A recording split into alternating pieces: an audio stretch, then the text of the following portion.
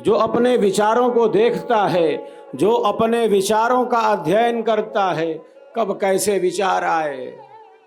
प्रातः जागरण से लेकर रात्रि शयन तक हमारे मन बुद्धि विचारों की क्या स्थिति रही। प्रातः जागरण से लेकर रात्रि शयन तक हमारे मन बुद्धि विचारों की क्या स्थिति रही। एक स्थिति तो है हमारी, और जिस स्तर पर हमारा मन है, हमारी बुद्धि है, हमारे विचार हैं, हम उससे नीचे नहीं आ सकते। हम जहां हैं वहां हैं, हम जहां हैं हम वहां हैं। हमारे मन बुद्धि वाणी विचारों का एक स्तर है। हम जहां हैं हम वहां हैं, हम उससे नीचे नहीं आ सकते। आगे नहीं बढ़ पा रहे तो पीछे थोड़े ही लौट जाएंगे। हम जहां खड़े हैं हम वहां खड़े हैं। अब बढ़ेंगे तो आगे ही बढ़ते जाएंगे, आगे ही बढ़ेंगे। हम पवित्रता के पथ पर बढ़ेंगे। हम अंतःकरण की शुद्धि के पथ पर तीव्रता के साथ आगे बढ़ेंगे। मन में उठ रही विचारों की तरंगों का अध्ययन करेंगे। जो देखता है अपने विचारों को, वही अशुभ अनियंत्रित विचारों से अपने को मुक्त कर सकता है, मुक्त कर लेता है। जो देखता ही नहीं अपने विचारों को और किसी भी प्रकार के विचारों के साथ वह बहता जाता हो, वह अनियंत्रित और असंयमित विचारों से अपने को कैसे रोक सकेगा। जो देखता ही नहीं अपने विचारों को, मन में उठ रही तरंगों को, वो तो बस विचारों के प्रवाह के साथ बहता जा रहा है। वह तब अशुभ अनियंत्रित विचारों से अपने को कैसे मुक्त कर सकेगा। यह तभी संभव है जब वह अपने विचारों का अध्ययन करे। वितर्क बाधने प्रतिपक्ष भावनम, ऋषि कहते हैं जब वितर्क बाधा उपस्थित करने लगे, जब वितर्क बाधा उपस्थित करने लगे तब प्रतिपक्ष का चिंतन करना चाहिए, अपने श्रेष्ठ संकल्प का चिंतन करना चाहिए। मैं आत्म कल्याण के मार्ग पर गतिमान हूं। जब संकल्प बना लिया तो बना लिया, अब पीछे नहीं लौट सकते, अब आगे बढ़ेंगे।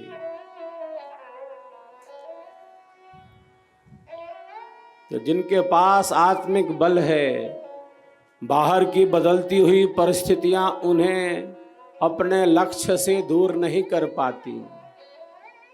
जो दृढ़ संकल्पी हैं, ये संसार की बदलती हुई परिस्थितियों से घबराते नहीं।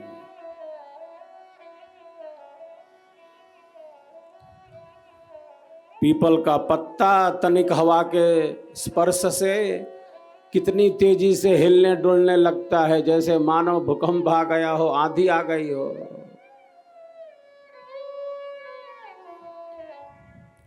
पीपल का पत्ता तनिक हवा के स्पर्श से इतनी तेजी से हिलने डुलने लगता है जैसे मानो आंधी आ गई।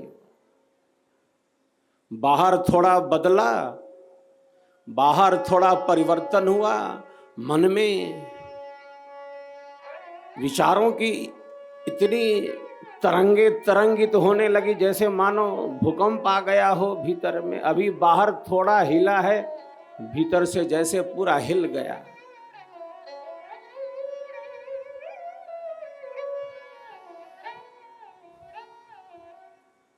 बाहर थोड़ा हिला है लेकिन भीतर में जैसे पूरा हिल गया हो, अस्थिर, अनियंत्रित, असंयमित। जीवन की अनेकों घटनाएं हमें दुखी बनाती हैं, व्यथित करती हैं।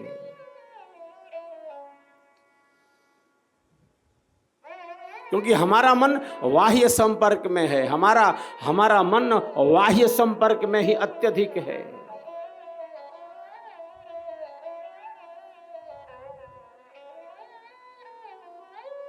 जो साधक हैं, जो विहंगम योगी हैं, उनकी आंतरिक स्थिति इतनी मजबूत है। जो साधक हैं, जो आध्यात्मिक हैं, उनकी आत्मिक स्थिति इतनी स्थिर है कि बाहर की बदलती हुई परिस्थितियों से न घबराते हुए वे विवेकी होते हैं। वे जानते हैं ये शरीर क्या है, संसार क्या है और कैसा यह परिवर्तन हो रहा है। उसको देखने की उनकी एक अलग दृष्टि होती है। वो देखते हैं अपने विवेक की दृष्टि से। संसार में सुख मिले, संसार में दुख मिले, अल्प सुख है, यहाँ दुख ही अधिक है। संसार दुखमय है, दुखों की ही अधिकता है। हमारे ऋषि कहते एक सुख में 4 प्रकार का दुख मिला हुआ है। सुख का परिणाम ही दुख कहा। परिणाम दुख है, ताप दुख है, संस्कारों का दुख है, गुण वृत्ति विरोध का दुख है। तो विवेकी जानता है कि संसार दुखमय है, कोई वस्तु यहाँ स्थिर रहने वाली नहीं है। सब कुछ हर क्षण, हर पल, प्रतिपल, पल पल बदलता जा रहा है। उसके पास इतना आंतरिक बल होता है कि बाहर की परिस्थितियों से न घबराता हुआ संसार के किसी भी सुख में इतनी शक्ति नहीं है, संसार के किसी भी दुख में, संसार के किसी भी दुख में इतनी शक्ति नहीं है कि एक साधक को, एक साधिका को सेवा के पथ से अलग कर सके, आत्म कल्याण के मार्ग से दूर ले जा सके। आत्म कल्याण के मार्ग से दूर नहीं जा सकते। संसार में दुख मिला तो संसार में दुख मिलेगा ही। संसार दुखमय है, अब है तो है। संसार के भोग शांत नहीं होते। संसार ऐसा ही है। उलझ न जाएं, भटक न जाएं, उलझ न जाएं, भटक न जाएं। जिंदगी जीने में ही जिंदगी बीत न जाए।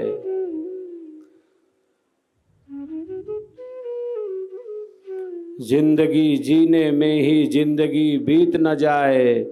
जीवन जीने में ही जीवन चला न जाए। सुख दुख की ऊहापोह में जीवन व्यतीत ना हो जाए। सुख और दुख के क्रम में यह जीवन व्यतीत ना हो जाए। जिंदगी जीने में ही जिंदगी बीत न जाए। बल्कि ये जीवन है क्या, कौन हूँ मैं, वह परम तत्व क्या है, इसका ही अनुभव हो जाए, इसका ही ज्ञान मिल जाए। संसार के किसी भी सुख में, संसार के किसी भी दुख में इतनी शक्ति नहीं। दृढ़ संकल्पवान साधक साधिकाओं को आत्म कल्याण से दूर कर सके, उनके लक्ष्य से उन्हें दूर कर सके, इतनी शक्ति नहीं है संसार के इन अल्प सुखों में और इन दुखों में। इतने संकल्पवान हैं, इतने दृढ़ निश्चयी हैं।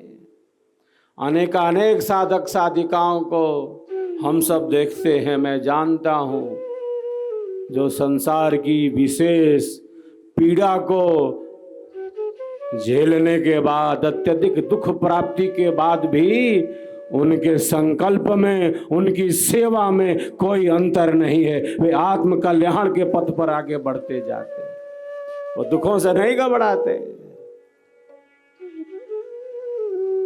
वो जानते हैं यह मार्ग आत्म कल्याण का है, दुख आएंगे। इन दुखों को झेलने की जो उनकी शक्ति है वो बहुत विराट है, व्यापक है। वे समग्र दृष्टि वाले हैं, वे व्यापक दृष्टि वाले हैं, वो विराट दृष्टि वाले हैं, वो वास्तविक दृष्टि वाले हैं। ऐसे विवेकी साधक साधिकाएं हैं। जब लक्ष्य बना लिया तो बना लिया, जब अपने लक्ष्य पर चल पड़े तो चल पड़े। अब सुख मिले, अब दुख मिले, अब सेवा से दूर नहीं हो सकते, सत्संग से दूर नहीं हो सकते, साधना से दूर नहीं हो सकते, आत्म कल्याण से दूर नहीं हो सकते। अनादिकाल से आत्मा इस संसार सागर में बही जा रही है।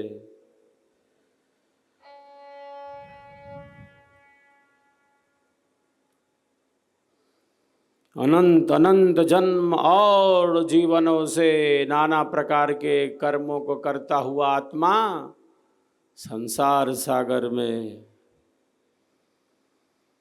जैसे मानो नदी में लकड़ी का टुकड़ा बहता जा रहा हो। अनंत अनंत जन्म और जीवनों से यह सुख और ये दुख का क्रम अनादिकाल से चला आ रहा है। एक शरीर प्राप्त किया, कर्म फल भोग प्राप्त हुए, शरीर छूट गया।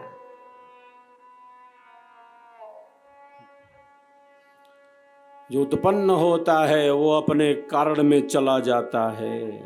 जो कुछ भी विश्व में उत्पन्न होता है वो अपने कारण में अवश्य ही जाता है। शरीर उत्पन्न होता है, ये सृष्टि उत्पन्न होती है, ये सदैव नहीं है। ये शरीर उत्पन्न होता है, ये शाश्वत नहीं है, ये नित्य नहीं है, ये विनाशी है। क्यों? क्योंकि यह उत्पन्न हुआ है। और जो कुछ भी उत्पन्न होता है वो अपने कारण में चला जाता है। जायते अस्ति वर्धते विपरिणमते अपच्छियते विनश्यति। 6 गतियां हैं जो शरीर के साथ है और शरीर के साथ है, इसका अर्थ संसार के साथ है। हम शरीर कहें, हम शरीर कहें या संसार कहें, दो बात नहीं, एक ही बात है। शरीर का अर्थ ही है ये संसार, ये भोग, ये पदार्थ।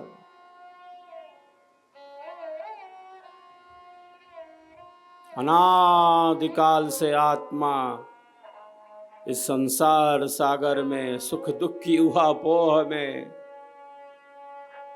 भिन्न भिन्न शरीरों को प्राप्त करता हुआ संसार के इन सुखों इन दुखों में, इस बंधन में बंधा हुआ है। बहुबंधन से बांधिया। साहब कहते एक बंधन है क्या कि कोई खोल दे और मुक्त हो जाए। बहुबंधन से बांधिया, बहुत सारे बंधन है, बहुत सारी रस्सियों से जकड़ा है।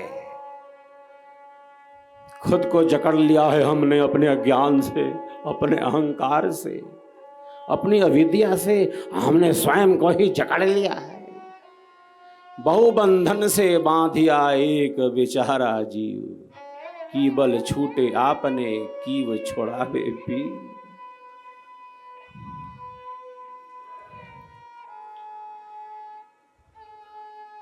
एक ग्रंथि हो तो खुल जाए जल्दी। इतनी रस्सियों से बांध रखा है। सदगुरु कहते हैं कर्मन की अज्ञान की जड़ चेतन की ग्रंथि, बंधन में सब जीव हैं 3 प्रकार की ग्रंथि। कितने बंधनों से बांध रखा है। हमारे दुख का कारण हमारा अज्ञान है, बहुबंधन है।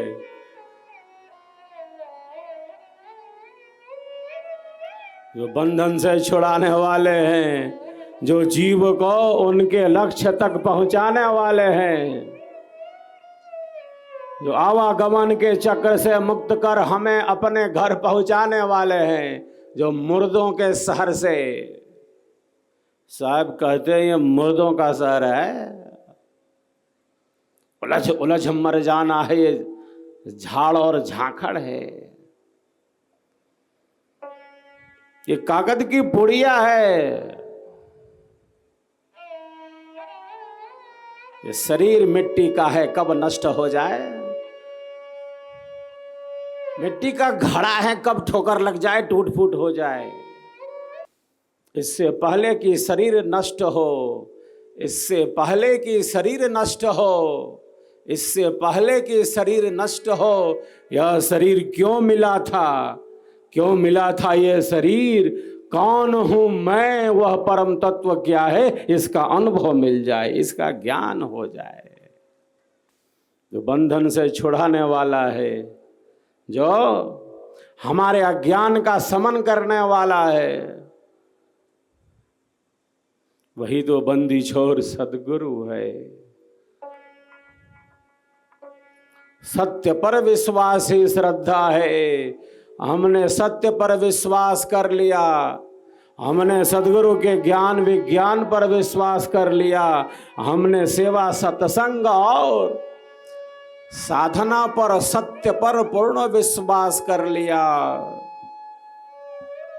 सत्य पर विश्वास ही श्रद्धा है, सत्य पर विश्वास ही श्रद्धा है।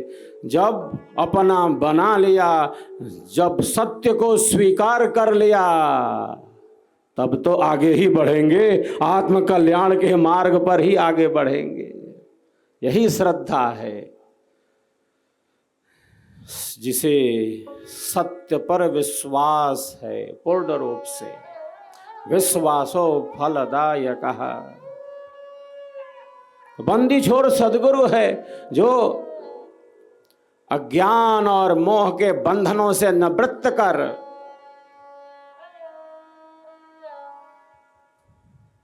हमें स्वयं में स्थित करने वाले हैं।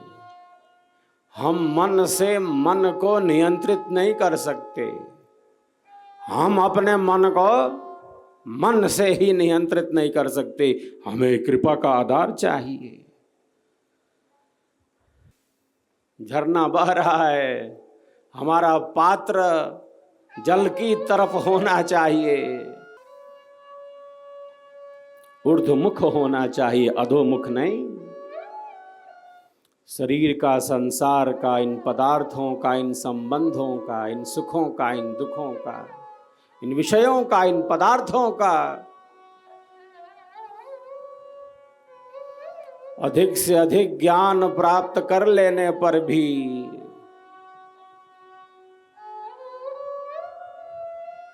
शरीर, संसार, इन संबंधों का जितना आवश्यक है उतना ज्ञान अवश्य ही होना चाहिए, जो हमारे भौतिक जीवन के लिए उपयोगी हो। ऐसा ज्ञान, ऐसी शिक्षा अवश्य होनी चाहिए। लेकिन संसार के इन विषयों का, इन पदार्थों का, इन संबंधों का, इन नीति का, इन नियमों का अधिक से अधिक ज्ञान प्राप्त कर लेने पर भी, अधिक से अधिक ज्ञान प्राप्त कर लेने पर भी, जितना भी हम मन बुद्धि इंद्रियों के द्वारा ग्रहण कर सकते हैं, अधिक से अधिक ज्ञान प्राप्त कर लेने पर भी अगर स्वयं को न जान सके, अगर खुद को न पहचान सके, कौन हूं मैं, इसका ज्ञान प्राप्त नहीं कर सके, तो साहब कहते हैं कि बाहर का जितना भी ज्ञान है वो ज्ञान नहीं, वो तो अज्ञान के समान है।